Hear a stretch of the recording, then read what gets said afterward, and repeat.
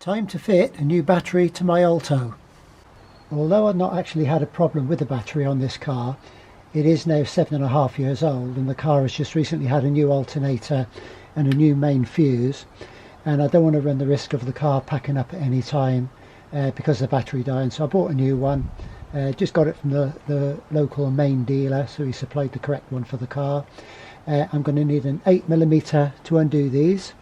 I've actually sprayed some plus gas on these just to make sure they come off okay. 10mm spanner to disconnect the battery. Obviously do the negative first, followed by the positive next. On this car it's the base SZ model, so I'm not expecting any problems with having to reset anything except for the radio, because I've got a radio code in there. I believe by default there's no code in the radio, so when you connect the battery back up, the radio will just start back up as normal. But I do know I have to put the code back in on this one.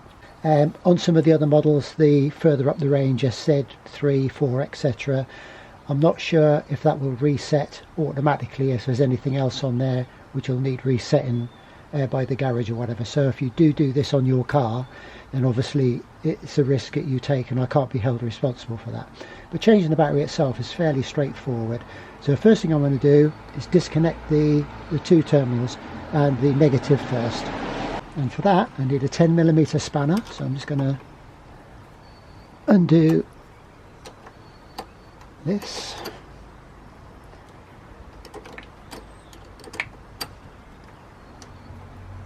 Okay, just pull that off and just tuck it over there out of the way so as it's not on the battery.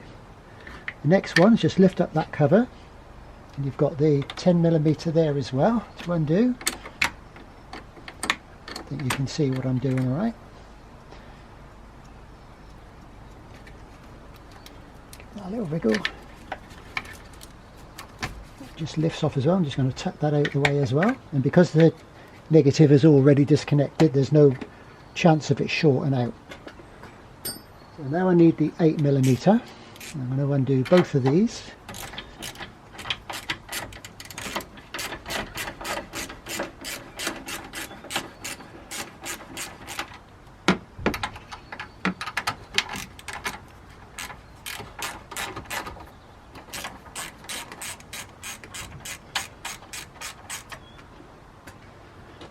They should come undone fingers now, I'd like to think.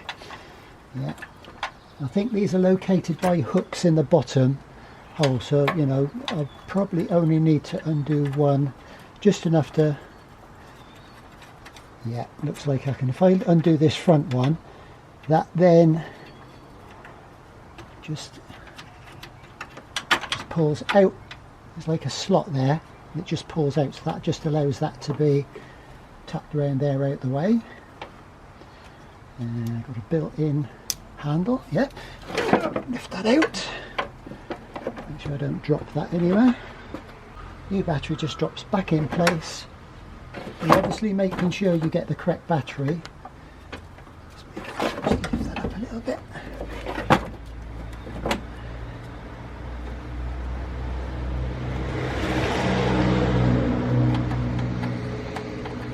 Sometimes the height of the battery or the terminals are in a different place. Now this looks like it might be a bit taller. Just lift it all the way up. Right. That's it. And just making sure that everything's in the right place. The hooks come out of the bottom there. This is sometimes the fiddly little jobs that happen.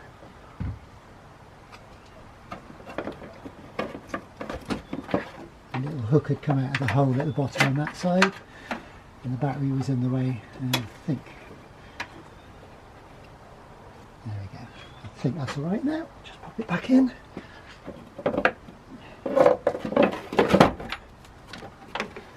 Turn that back over.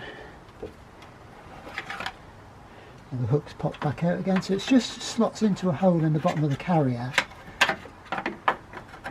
It's just a bit awkward. You can't see it for a start. That then just pops back in like that. So as this now tightens down and clamps the battery. Now just making sure you get the right battery for the car, because the terminal types can be different.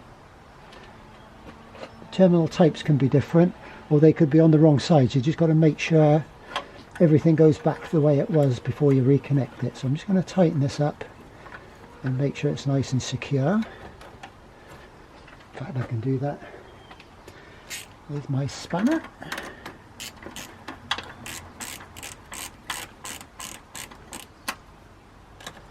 You don't need to heave on it to tighten it up, just needs to be secure to hold the battery steady.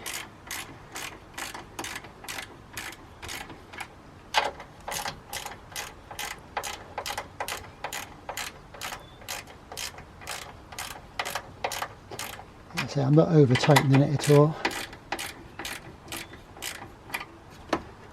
There we go. Seems to be nice and secure. And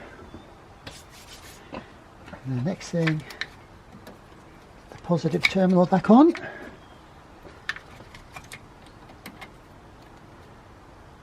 Tighten that back up. You can actually put some petroleum jelly or something to protect the terminals on these batteries. But I usually keep mine clean anyway. Just tighten that up nice. Don't have to heave on it, just nice and tight. And then bring the negative one back over. Just hiding in the corner.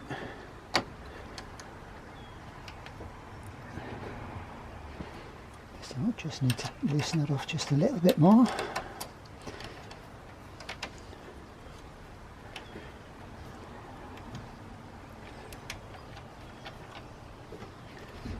Make sure it's down nice and tight, and then nip it up.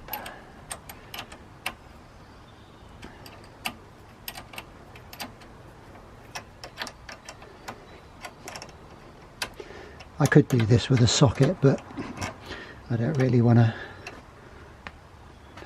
need it that tight that I'll have to heave on it. Just a little ring spanner just tightens it up enough really without causing too much leverage.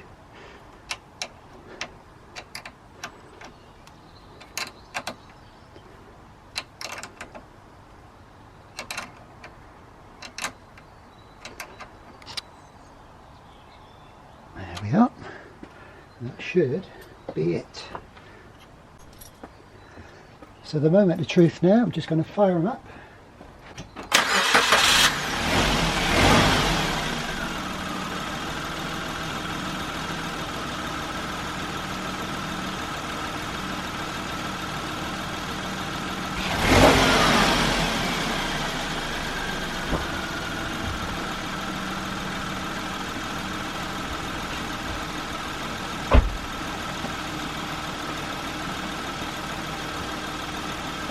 So that all appears to be okay. Battery light's gone out okay.